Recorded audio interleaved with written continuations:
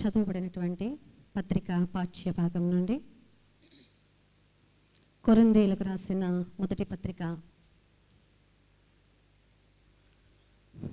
మొదటి అధ్యాయము 24వ వచనంలోని 3వ భాగాన్ని మూలవాక్యంగా చదువుకుందాం.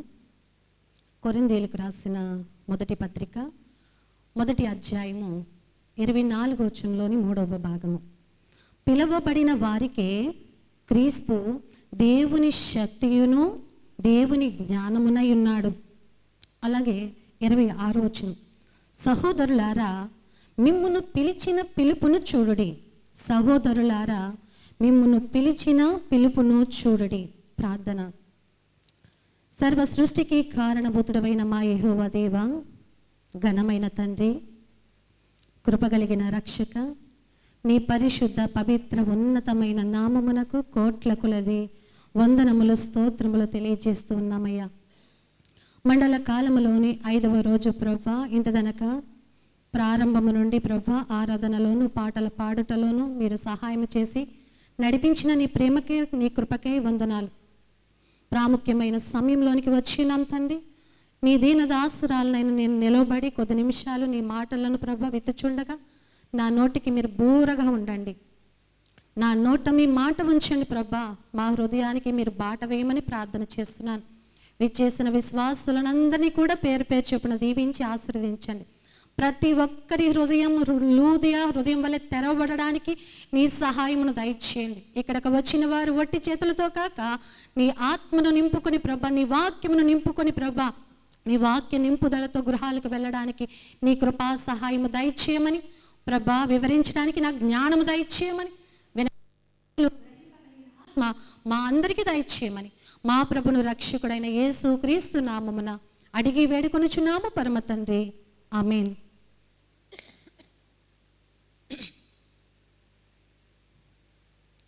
పరిశుద్ధుడైన దేవుని నామమునకు ముందుగా నా నిండు వందనములు తెలియజేస్తున్నాను.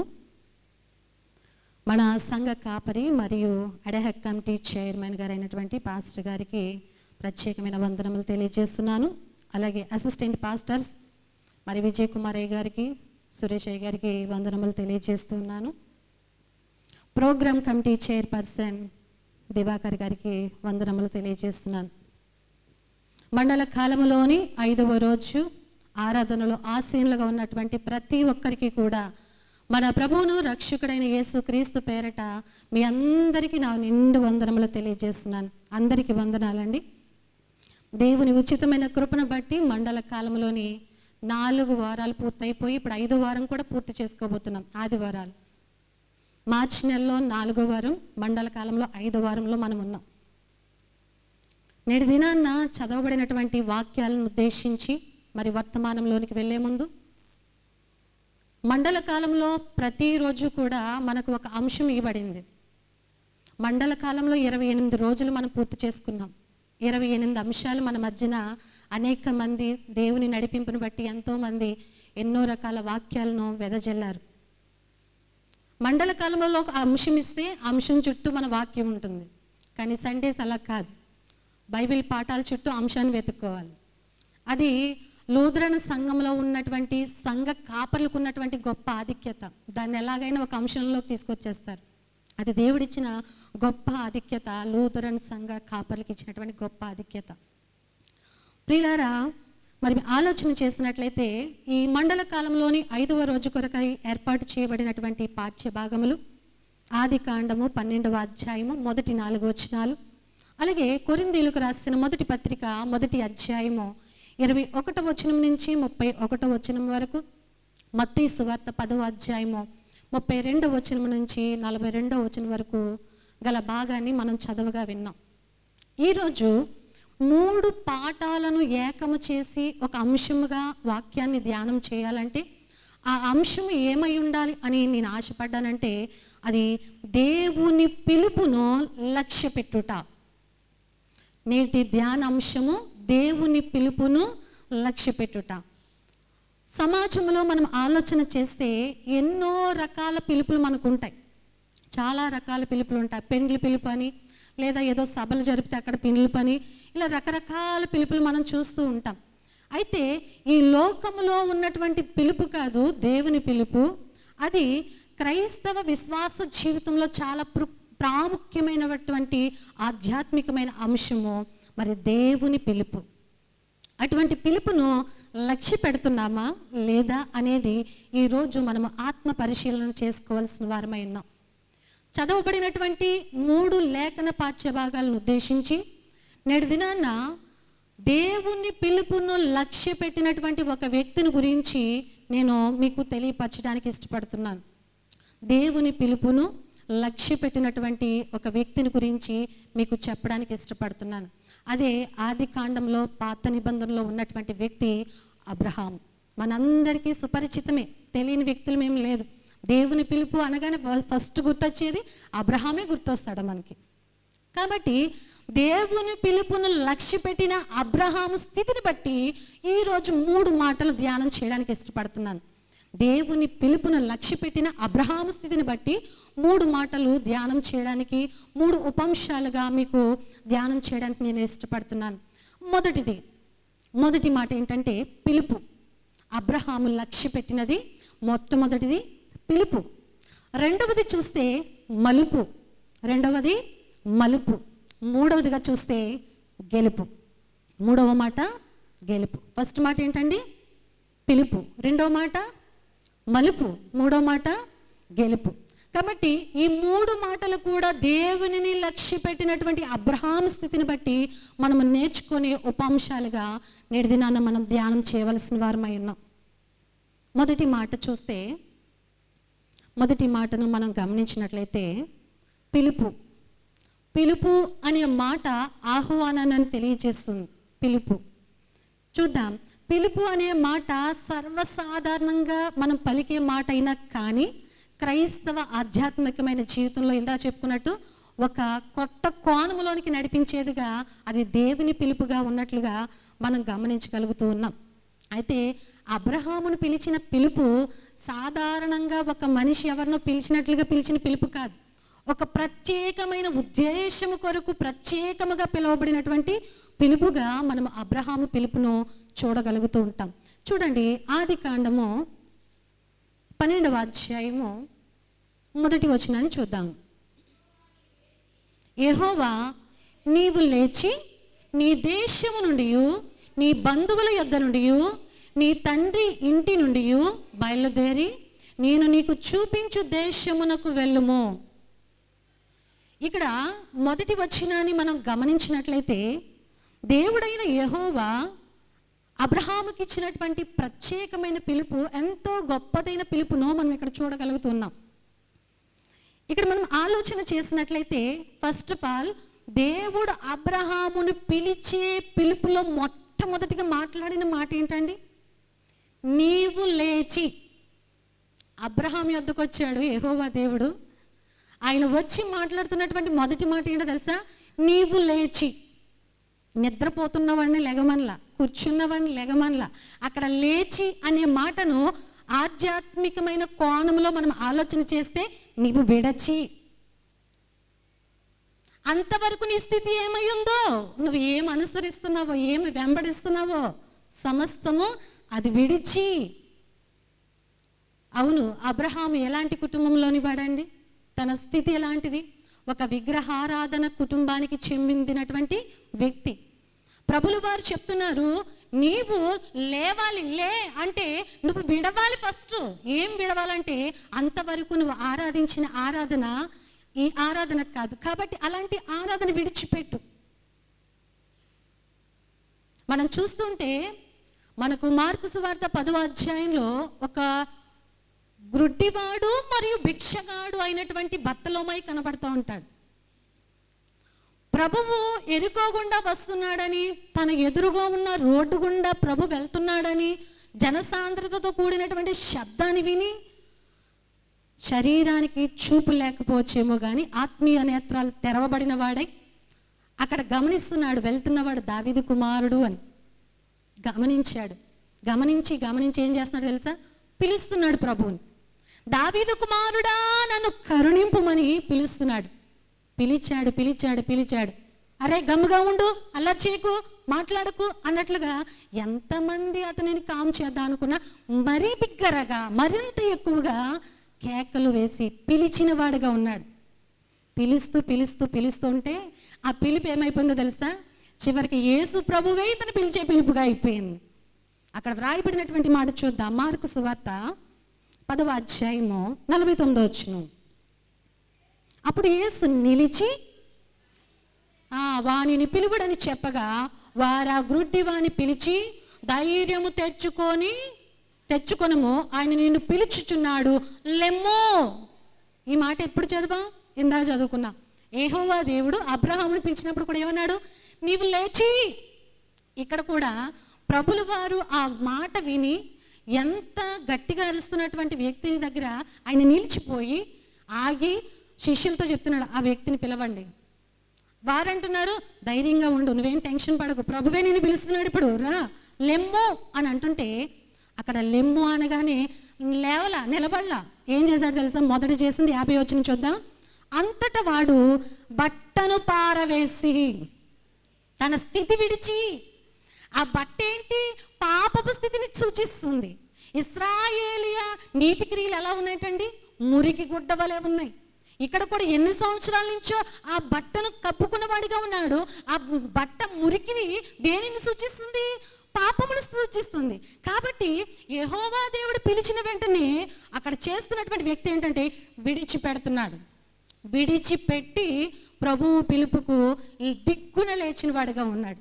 అబ్రహామును కూడా ప్రభువు ఏమంటున్నాడంటే, నువ్వు లేచి అంటే ఫస్ట్ ఆఫ్ ఆల్ నీ స్థితిని విడిచి, ఇంతవరకు నువ్వు ఏ మార్గంలో వెళ్ళావో, ఏ ఆరాధనలు చేశావో, ఏమి వెంబడించావో అవి విడిచి అంటున్నాడు. ఇంకా ప్రభు విడవమంటున్నాడు. ఏంటో తెలుసా? చూడండి, ఆ మొదటి అధ్యాయంలోనే ఇంకా చూస్తే ఆయన విడవమనవలసింది ఏంటంటే స్వదేశమును, నీ దేశమును విడిచి. స్వదేశం అంటే చాలామందికి నరాల్లో ఒక ప్రౌడ్నెస్ ఉంటుంది. అది ఎప్పుడు ఎక్కువ బయటపడుతుందో తెలుసా? క్రికెట్ మ్యాచ్ చూసినప్పుడు కదండి. అసలు ఇండియా గెలిచిందంటే అసలు చిన్నవాళ్ళు, పెద్దలు, వృద్ధులు ఏమి తారతమ్యాలు లేవు. ఎంత హ్యాపీగా ఉంటారంటే మన దేశం పట్ల మనకున్నటువంటి గౌరవం అంత గొప్పది కదండి. చిన్నప్పుడే మనకేం తెలియదు, స్కూల్లో నేర్చుకుంటాం, భారతదేశం నా మాతృభూమి. అందులో మీనింగ్ మనకు తెలియదు ఆ టైంలో, కానీ చెప్పే పదాల్లో ఎంత ప్రౌడ్నెస్ ఉండేది, గర్వంగా. ఎంత చెప్పే విధానము ఒక ప్రౌడ్నెస్ చూపించేది. అంటే దేశం పట్ల నీకు తెలియకుండా చిన్నప్పటి నుంచే ఉంది ఆ యొక్క ప్రౌడ్నెస్. ఇప్పుడు ఏమంటున్నాడు? అలాంటి స్థితిని నీ స్వదేశంను విడువు, నీకు ఇష్టమైన నీ దేశాన్ని విడిచిపెట్టేయమంటున్నాడు. రెండవ మాట చూస్తే నీ బంధువుల వద్ద నుండి అంటే నువ్వు బంధువులను కూడా విడిచిపెట్టాల. ఒక కుటుంబానికి బంధువర్గం అనేది ఒక బలం కదండి. కొన్ని ఇంటి పేరటోళ్ళు ఉంటారు. ఒక ఆపద వచ్చిందంటే ఇంటి పేరటోళ్ళు వాలిపోతారు, అది వారికి బలం. నా ఇంటి పేరటోళ్ళు నాకేంటి అంటారు. అదే వ్యక్తి ఊరు పేరు తెలియని స్థలంలో నివసిస్తే తనకి ఏదైనా ఆపద వస్తే నాకంటూ బంధువులు ఉంటే నేను ఇలా ఉంటానా అని అనుకుంటాం కదా. అంటే వర్గం అనేది, బంధుత్వం అనేది ఒక బలము మనిషికి, ఒక కుటుంబానికి. ఒక ఆపద వచ్చినా లేకపోతే సంతోషకరమైన విషయం వచ్చినా షేర్ చేసుకోవడం బంధువులు చాలా అవసరం. కానీ అక్కడ నీకున్నటువంటి బంధువులను కూడా విడిచిపెట్టమంటున్నాడు. ఇంకా అంటున్నాడు, నీ తండ్రి ఇంటిని కూడా విడిచిపెట్టు. దేశమును విడిచిపెట్టడం కష్టం, ఓకే. బంధువులు విడిచిపెట్టడం కూడా కష్టమే, ఓకే. తండ్రి ఇంటిని కూడా విడిచిపెట్టడం అంటే ప్రభుల వారి ఉద్దేశం ఏంటంటే ప్రత్యేకింపబడిన వాడిగా అబ్రహామును కోరుకుంటున్నాడు. ముందు ఉన్న స్థితి అబ్రహాం స్థితిగా ఉండకూడదు, ఇప్పుడు ప్రత్యేకింపబడాలి. ఇంకా తండ్రి ఇంటి వారిని వెంబడిస్తే తన స్థితి మునుపటి స్థితి వలె ఉంటుంది. కాబట్టి ప్రభులు వారు అక్కడ నీ తండ్రి ఇంటిని కూడా, నీ తండ్రిని ఇంటి నుంచి వచ్చే మరి ఏదైనా కూడా నువ్వు విడిచిపెట్టాలన్నట్లుగా చూస్తున్నాం. ప్రియులారా, ఇక్కడ మనం ఆలోచన చేస్తే ఆ భర్తలోమయ్యి విడిచిపెడుతున్నాడు. ఎందుకంటే తన పాపపు స్థితిని విడిచి, తన దుస్థితిని విడిచి ప్రభువును వెంబడిస్తున్నాడు. ఎందుకు విడిచిపెట్టాలో తెలుసా? ఎందుకు విడిచిపెట్టాలంటే పాపపు స్థితిని రక్షింపనేరకుండినట్లు నా యొక్క హస్తం ఏం కాలేదు, కొరచి కాలేదు, విని నేరకుండినట్లు నా చెవులు మందం కాలేదు. అయితే మీ పాపములు, మీ దోషములు ఏమైపోతున్నాయంట? అడ్డముగా ఉన్నాయి. కాబట్టి వాటిని విడిచిపెట్టాలా, వాటిని ప్రక్కన పెట్టాలా. ప్రభువు పిలిచినప్పుడు ఆటంకంగా ఏదైతే ఉందో అది సమస్తాన్ని విడిచిపెట్టాలి. ఈరోజు చదవబడినటువంటి సువార్త పాఠ్యభాగంలో కూడా మనం గమనిస్తే మత్తయి సువార్త 10వ అధ్యాయము 37వ వచనాన్ని గమనిస్తే, తండ్రినైనను తల్లినైనను నాకంటే ఎక్కువగా ప్రేమించువాడు నాకు పాత్రుడు కాడు. ఇంకా కుమారునైనను కుమార్తెనైనను నాకంటే ఎక్కువగా ప్రేమించువాడు నాకు పాత్రుడు కాడు. పాత్రుడు కాడంటే నాకు ఇష్టడు కాదు. నన్ను వెంబడించేవాడు తన సిలువను ఎత్తుకొని తను ఉపేక్షించుకోవాలి. తననే తాను అంత ఇష్టంగా ప్రేమించుకోకూడదు. ఇంకా కుటుంబాన్ని కూడా అంటే కుటుంబాన్ని విడిచిపెట్టమని కాదు, కానీ కుటుంబాన్ని ప్రేమించాలా, కానీ దేవునికంటే ఎక్కువ కాదు. దేవునికంటే మనకు ఏది ఎక్కువ కాదని అలా చూపించాలని, ప్రభు పిలుపుకు లోబడాలని ప్రభు యొక్క ముఖ్య ఉద్దేశం. ప్రియులారా, మనం ఆలోచన చేసినట్లయితే అబ్రహామును దేవుడు పిలుచుకున్న పిలుపులో ఏం చెప్తున్నాడంటే, మొదటిగా నువ్వు లేచి అనే దానిలో భావం ఏంటంటే నువ్వు విడిచి, ఎంతవరకు నువ్వు ఆరాధన నీవు ఏం చేసావు, వెంబడింపు విడువు, స్వదేశమును విడువు, నీ బంధువర్గమును విడువు, నీ ఇంటి వారిని విడువు అని ప్రభు సెలవిస్తున్నట్లుగా మనం చూస్తున్నాం. ఎంత కష్టతరమైన మాట విడిచి రావడం అంటే. అవును, అబ్రహాము కష్టతరమైన ఆ వాక్కును ఏం చేశాడంటే ఒబీడియన్స్ చూపించాడు, విధేయత చూపించాడు. ఆ 4వ వచనంలో చూస్తే యెహోవా చెప్పినట్లే అబ్రహాము చేసిననే మాట ఉంది. మొదటిగా పిలిచిన పిలుపుకు అబ్రహామును దేవుడు విడిచిరా లెమ్మో అనగానే విడిచి వచ్చిన వాడిగా మనం చూడగలుగుతూ ఉన్నాము. అలాగే మనము బైబిల్ గ్రంథంలో ఇంకా చాలామంది వ్యక్తులు ఉన్నారు, పిలబడినారు. మోషేను చూస్తాం. మోషేను కూడా దేవుడు పిలుచుకున్నాడు కదండి. మోషేను దేవుడు పిలుచుకున్నప్పుడు మోషే ఏమంటున్నాడు, నేను నోటి మాంద్యం గలవాడను, నాలుక మాంద్యం అంటే తన బలహీనత ఎత్తు చూపిస్తున్నాడు. ప్రభువుకు తెలీదా పిలిచేటప్పుడు ఈ మోషే ఎలాంటి వాడో తెలిసే పిలిచాడుగా. కానీ నేను నోటి మాంద్యం గలవాడను అంటూ తాను తప్పించుకోవడం చూస్తున్నాడు. ప్రభు చిన్నపిల్లలకి తల్లి ముద్దలు పెడుతున్నప్పుడు గోరు ముద్దలు, నా అమ్మ కదా తినమ్మా అంటాం, నా బాబు కదా తిన అంటాం, 2 సార్లు 3 సార్లు బుజ్జగిస్తాం, 4వసారి తిను అంటామా లేదా? ఆ రీతిగా ప్రభుల వారు కూడా మోషేని ఏమంటున్నారంటే, నీకు నోటి మాంద్యం ఉన్నా నువ్వేం భయపడకు, నేను తోడై ఉంటాను, ఇవన్నీ చెప్పినా మోషే మాట వినట్లా. ఒక్కసారి అక్కడ 4వ అధ్యాయంలో నిర్గమకాండంలో కనబడితే చదవద్దు, కానీ యెహోవా దేవుడు కోపపడి స్థితి వచ్చిన తర్వాత అప్పుడు లోబడ్డాడు. ఎవరు? మోషే. ఇర్మియాను కూడా దేవుడు పిలుచుకున్నాడు కదా. ఇర్మియాను పిలుచుకున్నప్పుడు ఇర్మియా ఏమంటున్నాడు, నేను బాలుడను, నాకు శక్తి సరిపోదయా, నన్ను పిలుస్తున్నావేంటి అంటున్నాడు. ప్రభువుకు తెలియదా? ప్రభువు ఏమంటున్నాడు, నీ తల్లి గర్భములను రోవు పడక మునిపే కదా నేను నిన్ను పిలుచుకున్నాను, ఇప్పుడు నాకు చెప్తున్నావు సాకులు అన్నట్లుగా అక్కడ నేను ఎందుకోసం పిలుస్తున్నానో తెలుసా? పెళ్ళగించుటకు పెకిలించుటకు అని కొన్ని మాటలు చెప్పి వివరణ ఇచ్చిన తర్వాత ఇర్మియా లోబడ్డాడు. అబ్రహాము ఏం లేదు, నువ్వు లేచి విడిచి అనగానే వెంటనే అలాగూ చేశాను అట్లు చేశాను అన్నట్లుగా యెహోవా మాటకు విధేయుడిగా ఉన్నట్లుగా చూస్తున్నాం. మొదటి మాట, దేవునిని లక్ష్య పెట్టిన వాడిగా ఉన్నటువంటి అబ్రహాము దేవుని పిలుపులో చూపించినది విధేయత మనం గమనిస్తూ ఉన్నాం. దేవుడు పిలిచినప్పుడు విధేయులం అయిపోవాలి, లోబడిపోవాలి. కాదు కూడదు ప్రభువా నేను లోబడనంటావా, లోబడేటట్లు ఆయన చేసుకుంటాడు అంతే. ఉదాహరణకు యోనాయే మనకు ఉదాహరణ.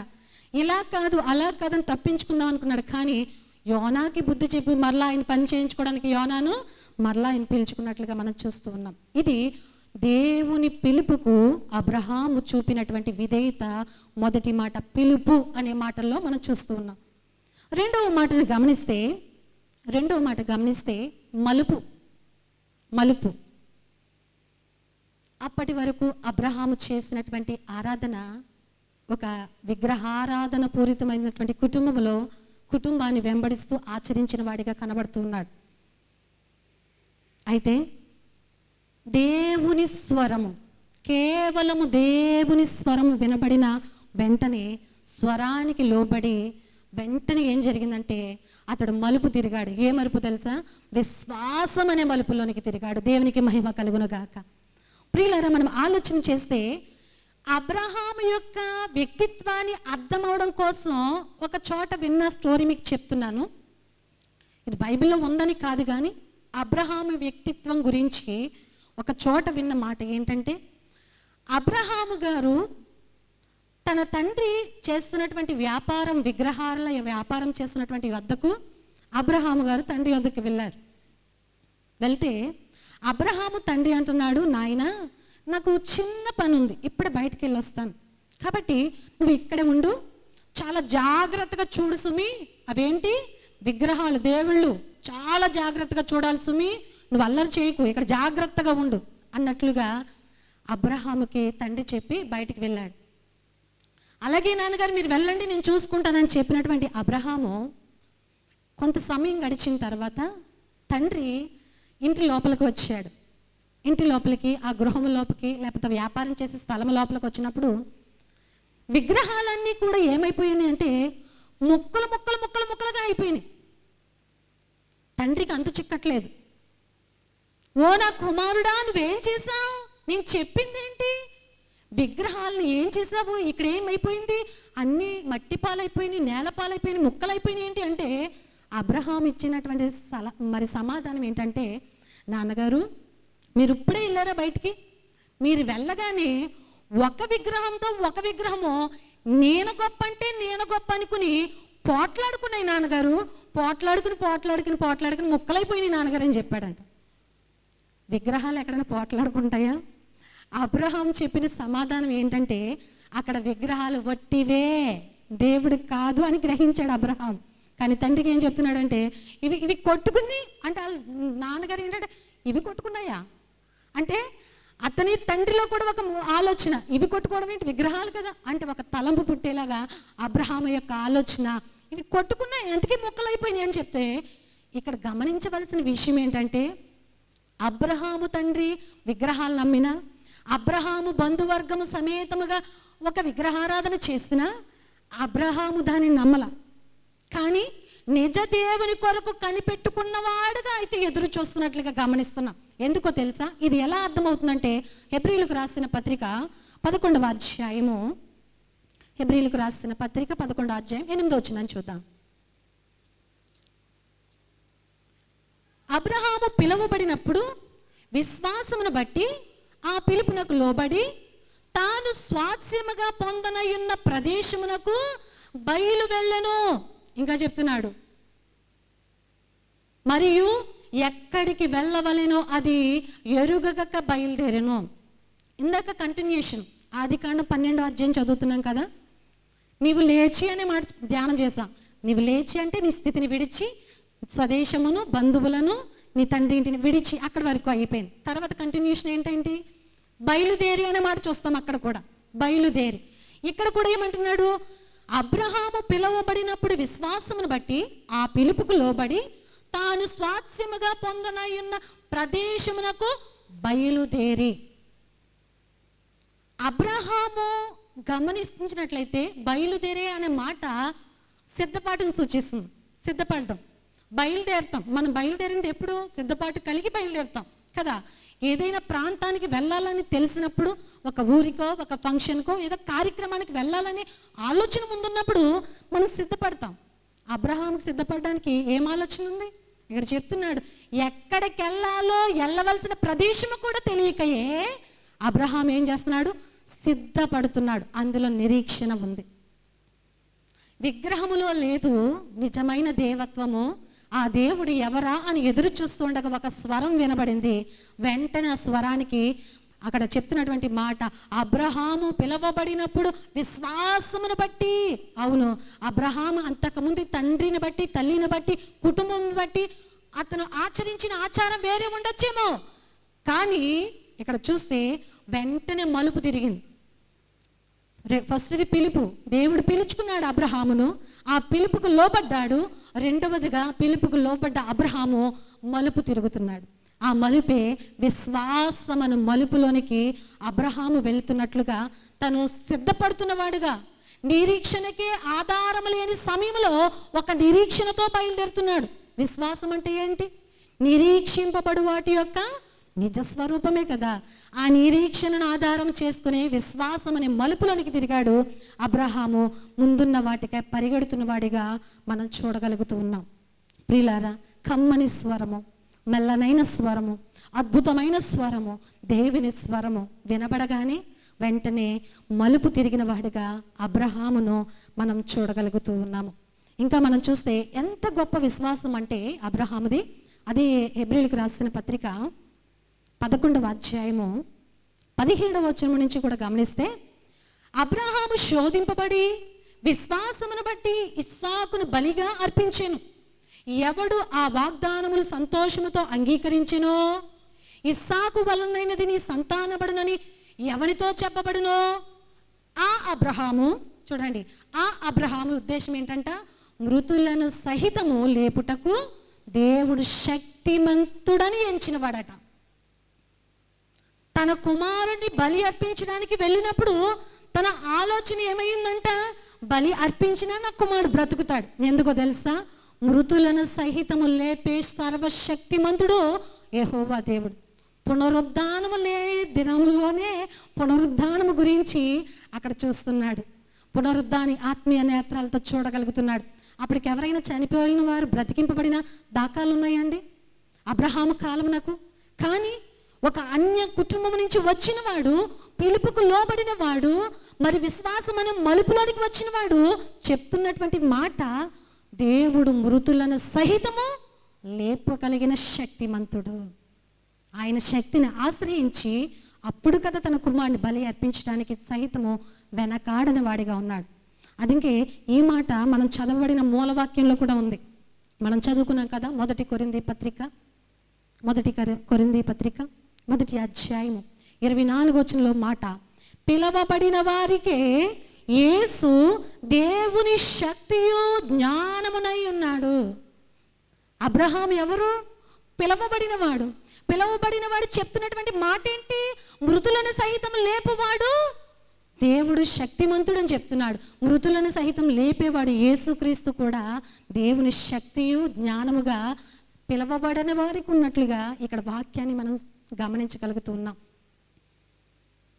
పిలుపు అనే మాటకు, ఆహ్వానానికి విధేయత చూపించినటువంటి అబ్రహాము విశ్వాసం అనే మలుపులోనికి వచ్చిన వాడిగా యేసు ప్రభుల వారిని, లేక తండ్రి అయిన యెహోవా దేవునిని వెంబడించిన వాడిగా ఉన్నాడు.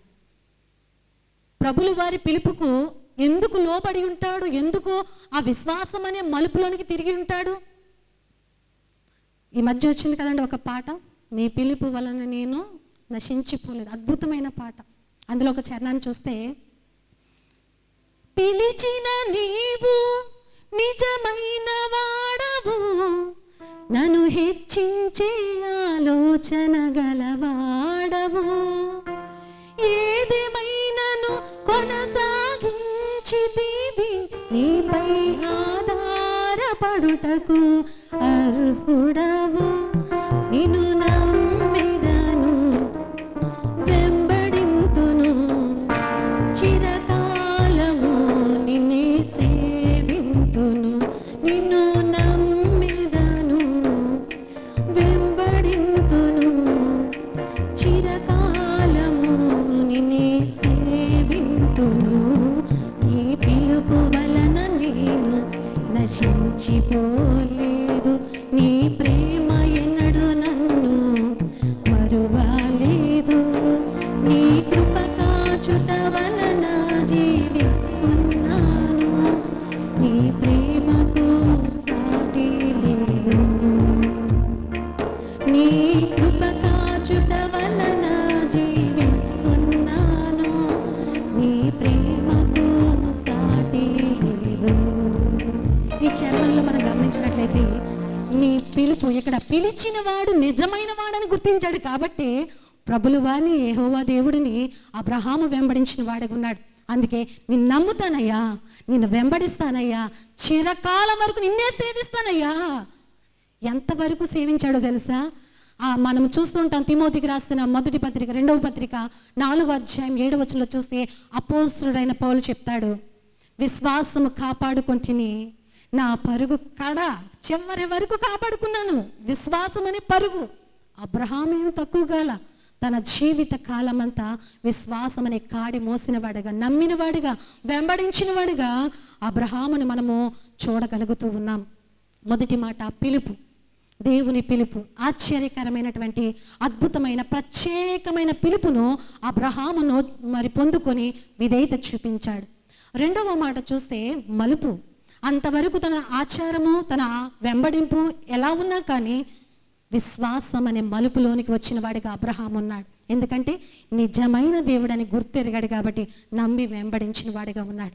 ఫైనల్గా గెలుపు. గెలుపు అనే మాట మనం చూస్తే, గెలుపు అంటే సాధించడం, విజయం, జయించడం, ఇలాంటి అనేక పర్యాయ పదాలు మనం చూస్తూ ఉంటాం. అబ్రహాము మరి గెలుపేంటి అనేది విశ్వాస మలుపులోనికి వచ్చిన తర్వాత అబ్రహాము చూచిన వాడిగా మనం చూస్తూ ఉంటాం. యోహాను రాసిన మొదటి పత్రిక, అందరూ బైబిల్ తెరిచి చూద్దాం. యోహాను రాసిన మొదటి పత్రిక 4వ అధ్యాయము 5వ అధ్యాయము. యోహాను రాసిన మొదటి పత్రిక 5వ అధ్యాయము 4వ వచనంలో 2వ భాగం. లోకమును జయించిన విజయము మన విశ్వాసమే. అబ్రహాము విశ్వాసం అనే మలుపులోనికి వెళ్ళిన అబ్రహాము జయించిన వాడిగా ఉన్నాడు, గెలుపొందిన వాడిగా ఉన్నాడు. ఎందుకు, ఏమి గెలుపొందాడంటే, గెలుపొందడానికి కారణం ఏంటంట? విశ్వాసమే. లోకమును జయించిన విశ్వాసము, విజయము మన విశ్వాసమే అని దేవుని వాక్యము సెలవిస్తున్నట్లుగా మనం చూస్తూ ఉన్నాం. అసలు అబ్రహాం ఏం సాధించాడు? అబ్రహాం విషయానికి వస్తే ఏం గెలుపు పొందాడని అబ్రహాము అని మనం ఆలోచన చేస్తే, అబ్రహాం చాలా సాధించాడు, అబ్రహాం చాలా జయించాడు, అబ్రహాం చాలా పొందుకున్నవాడుగా బైబిల్ గ్రంథంలో మనం చూడగలుగుతూ ఉంటాం. ఏంటి అని ఆలోచన చేస్తే, అబ్రహాము దేవుని పిలుపు పొందుకున్నప్పుడు ఒక బలహీనుడుగా ఉన్నాడు, ఒక లోటుతో ఉన్నాడు. ఏ లోటు అండి? నాన్న లేక తండ్రి అనే కమ్మనైన పిలుపుకు నోచుకోని వాడిగా ఉన్నాడు అబ్రహాం. కానీ దేవుని పిలుపుకు విధేయత చూపించి విశ్వాసం అనే మలుపులో చిరకాలం వెంబడించినటువంటి అబ్రహాము జీవితంలో పొందుకున్నటువంటి ఆశీర్వాదాలు, గెలుపొందిన విజయాలు ఏంటంటే, మొదటిగా తండ్రి లేదా నాన్న అనే పిలుపుకు నోచుకున్న గెలుపొందినటువంటి విజయము అబ్రహాము గెలుపుగా మనం చూస్తూ ఉంటాం. ఇంకా మనం చూస్తూ ఉంటాము, ప్రభులు వారు చెప్తున్నటువంటి మరి 12వ అధ్యాయము 4వ వచనంలో, 3-4 వచనంలో ఆదికాండంలో చూస్తూ ఉంటాం కదా, నిన్ను ఆశీర్వదించు వారిని నేను ఆశీర్వదిస్తాను, నిన్ను శపించు వారిని శపిస్తాను. అంతేకాదు అబ్రహాముకు మరొక వాగ్దానం కూడా ఇవ్వబడింది. ఏమిటి ఆ వాగ్దానం అంటే, ఇసుక రేణువులంత విస్తారమైన జనానికి ఇస్తాను, ఇసుక రేణువులంత విస్తారమైన జనమును నీకు బిడలగా చేస్తానని వాగ్దానం చేశాడు. అబ్రహాం ఎవరిని కన్నాడండి? ఇస్సాకును, వాగ్దాన పుత్రుడు. ఇస్సాకు యాకోబును కన్నాడు. యాకోబు 12 మంది కుమారులను కన్నాడు.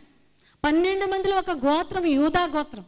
యూదా గోత్రం నుంచి వచ్చినటువంటి వాడు ప్రభువైన యెహోవా దేవుడు. ప్రభువైన యెహోవా దేవుడు ఏర్పరచుకున్నది 12 మంది శిష్యులను. ఆ 12 మంది శిష్యుల్లో ఒకడైనటువంటి తోమా భారతదేశానికి వచ్చి ప్రకటించాడు. భారతదేశానికి వచ్చిన తోమాను బట్టి ఎంతోమంది మిషనరీలు వచ్చారు. అలా ప్రకటించుకుంటూ ఇక్కడ వరకు కూడా అబ్రహాము కుమారులుగా, కుమార్తెలుగా ఇప్పటి వరకు కూడా మనము కూడా ఆయన సంతానమే. దేవునికి మహిమ కలుగును గాక. విశ్వసించిన ప్రతివాడు కూడా అబ్రహాము కుమారుడు, కుమార్తెలుగా పిలువబడుతున్నాడు. అంటే అబ్రహాము మొదలుకొని ఈనాడు హోలీ ట్రినిటీ సంఘం వరకు విశ్వసిస్తున్నావా? విశ్వసించే జాబితాలు నువ్వుంటే నీవు నేను కూడా అబ్రహాము కుమారులు, కుమార్తెలమే. పొట్టి చెక్కైది ఏ కాలం, అబ్రహాముది ఏ కాలం. కానీ రక్షణ పొందిన వెంటనే ప్రభులు వారు చెప్తున్నాడు, ఇతడును కూడా ఎవరు? అబ్రహాము కుమారుడే. ఎందుకంటే విశ్వసించాడు, విడిచిపెట్టాడు, విశ్వసించాడు, వెంబడించాడు. కాబట్టి ఇతడు కూడా అబ్రహాము కుమారుడే అనే గొప్ప బిరుదు. చూడండి, లోకమును జయించడం అంటే లోకంలో మనందరినీ కూడా జయించాడు. ఎవరు? అబ్రహాము గారు. తండ్రిగా గెలుపొందాడు, వాగ్దానాన్ని గెలుపొందాడు. ఇంకా మనం చూస్తే నీతి కిరీటాన్ని గెలుపొందాడు. ఇందా చదువుకున్నాం, విశ్వాసమును కాపాడుకుంటుని నా పరుగు కడముట్టించి తిని, నా కొరకేముందో తెలుసా? నీతి కిరీటం. అంత విశ్వాసం పౌలే కాదు, అబ్రహాము అంతకంటే ఎక్కువగా కాపాడుకున్న వాడిగా ఉన్నాడు కాబట్టి గెలుపొందాడు. నీతి కిరీటాన్ని పొందుకున్నవాడిగా చూస్తూ ఉన్నాం. ఇంకా ఏం గెలుపొందాడంటే, నీకు నాకు బైబిల్ గ్రంథంలో గొప్ప గొప్ప ప్రవక్తలకు కూడా లేనటువంటి గొప్ప పిలుపును, దేవుని స్నేహితుడు అనే పిలుపును గెలుపొందాడు. ఎంత అద్భుతమైనడని! దేవునితో స్నేహమా, దేవునితో స్నేహితుడని పిలిపించుకోవడమా, అది ఎంత ధన్యకరమైన జీవితం! అలాంటి విజయాన్ని సాధించిన వాడిగా అబ్రహామును చూడగలుగుతూ ఉన్నాం. ఇంకా మనం చూస్తే, నిన్ను శపించే వారిని శపిస్తానంటే అది కూడా వాగ్దానమే. అబీమెలెకు కుటుంబంలో అబ్రహాముకు వచ్చినటువంటి ఆపదను బట్టి ఏమైపోయింది తెలుసా? శపించబడిపోయింది తన కుటుంబం. ఏ స్త్రీ కూడా బిడ్డలను కన్నవారిగా లేరు. కానీ అబ్రహాము ఆశీర్వదించి మరలా ప్రార్థన చేస్తే గర్భములు తెరవబడినటువంటి స్థితిని అక్కడ మనం చూడగలుగుతూ ఉంటాం. అంటే అబ్రహాము వాగ్దానము మరి వినడమే కాదు, వాగ్దానాన్ని గెలిచిన వాడిగా ఉన్నాడు. సంతానం విషయంలో, విశ్వాసాల విషయంలో, ఇంకా మనం చూస్తే ఆయన ఆశీర్వాద విషయంలో కూడా ఈ హోలీటింటి సంఘము వరకు అబ్రహాము బిడలముగా పిలువబడుతున్నటువంటి ఆశీర్వాదాన్ని అబ్రహాం పొందుకున్నాడు. ఇంకా మనం చూస్తే పరదైసులో స్థానం. ఈ ప్రయాస ఏంటి? ఈ విశ్వాసం ఏంటి? ఈ ఆదివారాలు ఆలయంలో కూర్చుని ఎందుకు గోజాడుతున్నాం? మన ఆత్మీయ స్థితిని ఎందుకు సరిచేసుకోవాలని తాపత్రయపడుతున్నాం? ఫైనల్గా మనం వెళ్ళవలసిన గమ్యస్థానానికి చేరడానికి. అబ్రహాము పరదైసులో స్థానం సంపాదించిన గెలుపు విజయాన్ని అబ్రహాం పొందుకున్నాడు. అందుకే దరిద్రుడైన లాజరు ఎక్కడున్నాడండి? దరిద్రుడైన లాజరు మరణించిన తర్వాత వెళ్ళి అతడు ఆశ్రయించిన స్థలం ఎక్కడా? పరదైసులో అబ్రహాము రొమ్మున ఆనుకున్నటువంటి స్థితి కాదా? అంత గొప్ప గెలుపు అబ్రహాము పొందుకున్నటువంటి వాడిగా చూస్తున్నాం. ఈ గెలుపులన్నీ ఊరికినే రాలా. ఈ గెలుపులన్నీ అబ్రహాముకు ఊరికే రాలా. యేసుక్రీస్తు ప్రభుల వారిని కూడా వెంబడించి విశ్వసించిన వారుగా ఉన్నారు శిష్యులు. అయితే శరీరధారిగా ఉన్నటువంటి యేసుని చూచి వెంబడించారు కదండి. శరీరధారిగా ఉన్న యేసుని చూచి, యేసు వాక్కును నమ్మి విశ్వసించి వెంబడించారు, ఓకే. కానీ నిరీక్షణకు ఆధారం లేని సమయంలో కేవలం ఒక స్వరము మాత్రమే పిలిచింది, అబ్రహామా నువ్వు లే, విడిచిపెట్టు, బయలుదేరి సిద్ధపడు, వెళ్ళు, వెంబడించు అని చెప్పగానే అబ్రహాము పిలుపుకు లోబడిపోయి టర్న్ తిరిగాడు. ఎలా? మలుపు తిరిగాడు, విశ్వాసం అనే మలుపులని. అప్పుడు కదా గెలిచాడు. ఇలాంటివన్నీ గెలుపులు వచ్చిన బట్టి ఆధారాలని మనం చూడగలుగుతూ ఉన్నాం. ప్రియులారా, మనం ఆలోచన చేస్తే అబ్రహాము పిలుపులో విధేయత ఉంది, మలుపులో విశ్వాసం ఉంది కాబట్టి గెలుపు అత్యధికముగా ఉన్నట్లుగా మనం చూడగలుగుతూ ఉన్నాం. ఈరోజు ప్రభుల వారు ఆనాడు అబ్రహామును పిలిచాడు ఒక ప్రత్యేకమైన పిలుపుకు, ప్రత్యేకమైన పిలుపుకు పిలిచాడు. ఈరోజు పిలుస్తున్నటువంటి వారిని ఎవరిని పిలుస్తున్నాడు ఆయన? ఎవరిని రమ్మని పిలుస్తున్నాడు ఆయన? చదువుకున్నాం కదా, చూద్దాం. పత్రిక పాఠ్యభాగం, పత్రిక పాఠ్యభాగంలో గమనిస్తే 1 కొరింథీ పత్రిక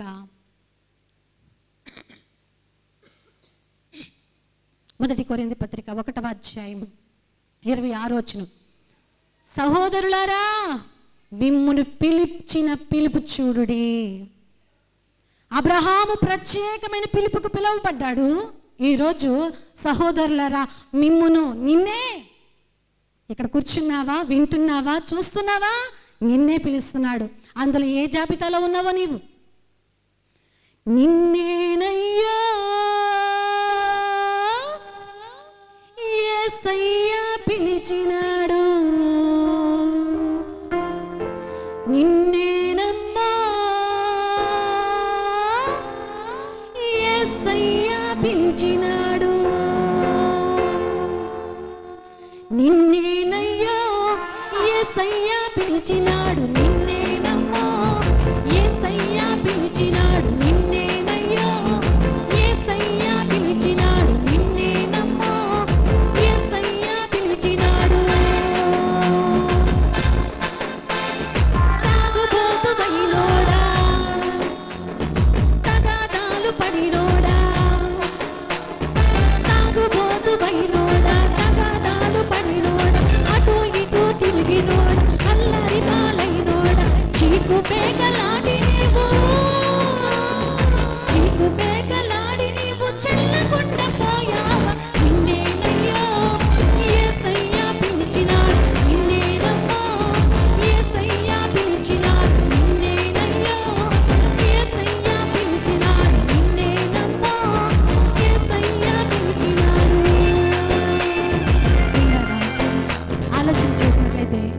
ఫాస్ట్గా, చల్లకుండా పోయావా?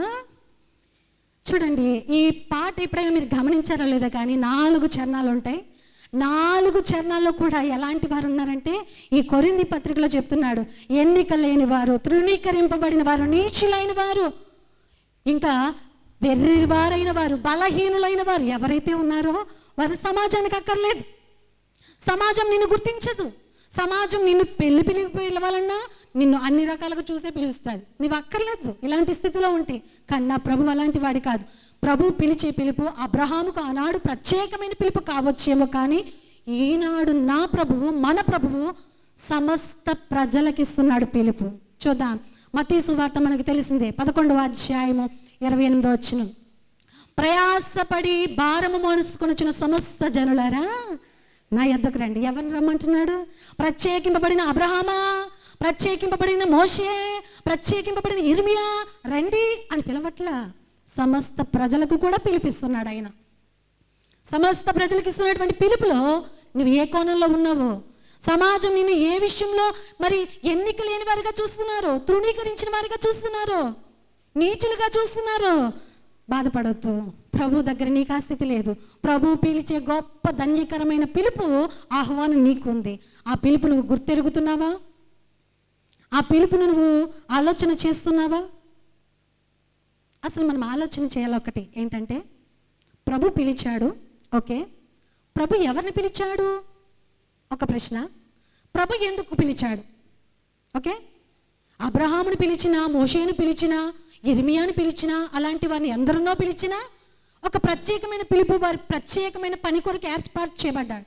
ఇప్పుడు సమస్త ప్రజలను పిలుస్తున్నటువంటి ఆయన పిలుపు ఎందుకొరకు, ఎవరిని పిలుస్తున్నాడు అంటే, ఆయన చెప్తున్నటువంటి మాట మరి ప్రతిదీ వచనం చూపిస్తే, మరి రిఫరెన్స్ చూపిస్తే టైం సరిపోదు కాబట్టి నేను చెప్తున్నాను. మొదటి మాట, ఆయన పాపులను పిలవచ్చాడు. పాపులను మార్కు సువార్త 2వ అధ్యాయం 17వ వచనంలో చూస్తుంది. నేను నీతిమంతులను పిలవ రాలేదు, పాపులను పిలవచ్చింది. ఎందుకో తెలుసా? సిలువ మ్రాను మీద ప్రతి రక్తబొట్టు కాచి ఆ రక్తము వలన పాపులైన ప్రతి ఒక్కరిని కూడా నేను చేయాలని, పవిత్రులను చేయాలని, పరిశుద్ధులను చేయాలని. కాబట్టి మొదటిగా నేను పాపులను పిలవవచ్చితిని. ప్రభువులు వారు పిలుస్తున్న పిలుపులో మొదటిది పాపులను పిలుస్తున్నాడు. సమస్త ప్రజల్లో ఉన్న వారిలో మరొక కోణము పాపులుగా ఉన్న వారిని కూడా పిలుస్తున్నాడు ఆయన. రెండవదిగా మనం చూస్తే, చీకటిలో, చీకటి కూడా పాపమునకు సాదృశ్యం. చీకటి క్రియలు, చీకటి బ్రతుకులు, చీకటి క్రియలు జీవిస్తున్న వారు, చీకటి బ్రతుకుతున్న వారిని కూడా ఆయన పిలుస్తున్నాడు. పేతురు రాసిన మొదటి పత్రిక 2వ అధ్యాయం 9వ వచనం. చీకటి బ్రతుకున్న వారిని కూడా ఆయన పిలుస్తున్నాడు. ఎక్కడికి పిలుస్తున్నాడు తెలుసా? ఆశ్చర్యకరమైన తన వెలుగులోనికి ప్రకాశించాలని, ప్రకాశమానమైన తన ముఖములో మన ముఖము కూడా వెలిగింపబడాలని కదా నా ప్రభువు పిలుస్తున్నాడు. పాపులను పవిత్రులుగా చేయడానికి, చీకటిలో ఉన్నవారిని తన ఆశ్చర్యకరమైన వెలుగులోనికి నడిపించడానికి. ఇంకా మనం గమనిస్తే, భారభరితమైన జీవితాలు కలిగిన వారిని, భారభరితమైన, ఇందా చదువుకున్నాం, ప్రయాసపడి భారము, ఏ భారం మోస్తున్నావో, పాప భారమే మోస్తున్నావో, కుటుంబ భారమే మోస్తున్నావో, లోక భారమే మోస్తున్నావో, శ్రమ అనే భారమే మోస్తున్నావో, ఏ భారమైనా కావచ్చు, ఆ భారం నుండి నిన్ను పిలుస్తున్నాడు విశ్రాంతి, నెమ్మది ఇవ్వడానికి. ఇంకా మనం గమనిస్తే ఆయన బూదిగంత నివాసులందరినీ పిలుస్తున్నాడు. ఎందుకో తెలుసా? రక్షణనివ్వడానికి. ఆయన ఈ లోకములో ఈ మండల కాలంలో ధ్యానం చేసేది కూడా ఆయన విలువైన రక్తము ద్వారా మనకందరికీ ప్రోక్షింపబడిన రక్షణ మార్గమును గురించే మనం ధ్యానం చేస్తూ ఉంటాం. ఆయన పిలుస్తున్నాడు మరొక పిలుపు, నిన్ను రక్షణలోనికి నడిపించడానికి. బూదిగంత నివాసులారా నా వైపు చూచి రక్షణ పొందండి అని పిలుస్తున్నాడు.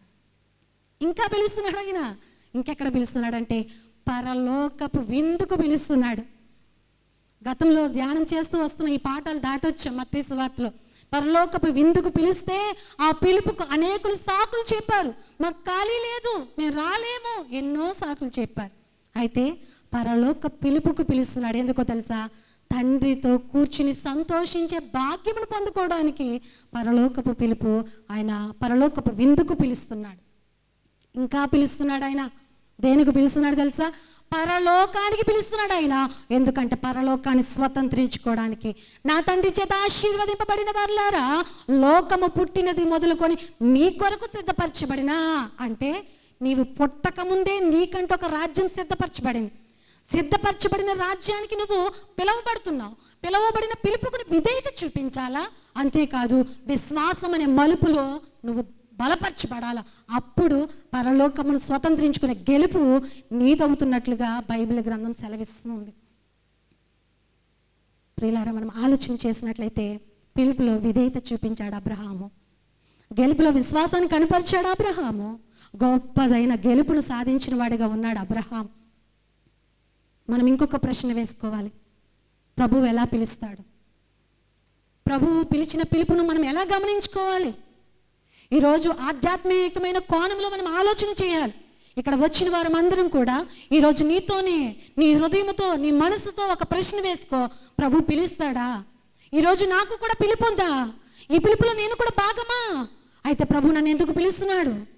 ఎందుకు పిలుస్తున్నాడు? ఎలా పిలుస్తున్నాడు అని ఆలోచన చేస్తే ఆయన సువార్త ప్రకటించడానికి పంట కోత విస్తారముగా ఉంది, పనివారు కొద్దివారే, నా పేరే తెలియని ప్రజలు ఎందరో ఉన్నారు, వెళ్తావా, వస్తావా అని ప్రభు పిలుస్తున్నాడు. ఆ పిలుపుని ఆహ్వానిస్తావా? అయితే ఆ పిలుపు ఎలా ఉంటుందంటే, పిలుపు మనం చాలా రకాలుగా బైబిల్ గ్రంథం నుంచి చూడొచ్చు. మొదటిగా దేవుని వాక్కును బట్టి ఉంటుంది పిలుపు.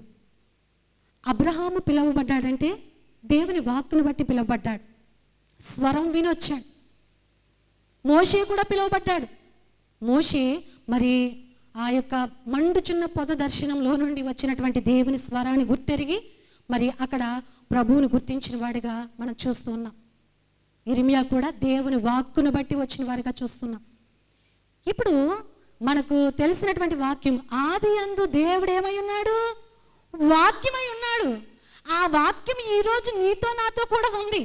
బైబిల్ గ్రంథం అనే మాటలు మనకు ప్రకటింపబడుతూ ఉన్నాయి. ఆ బైబిల్ గ్రంథం ద్వారా దేవుడు ఫస్ట్ ఆఫ్ ఆల్ నిన్ను నన్ను పిలిచేవాడుగా ఉన్నాడు.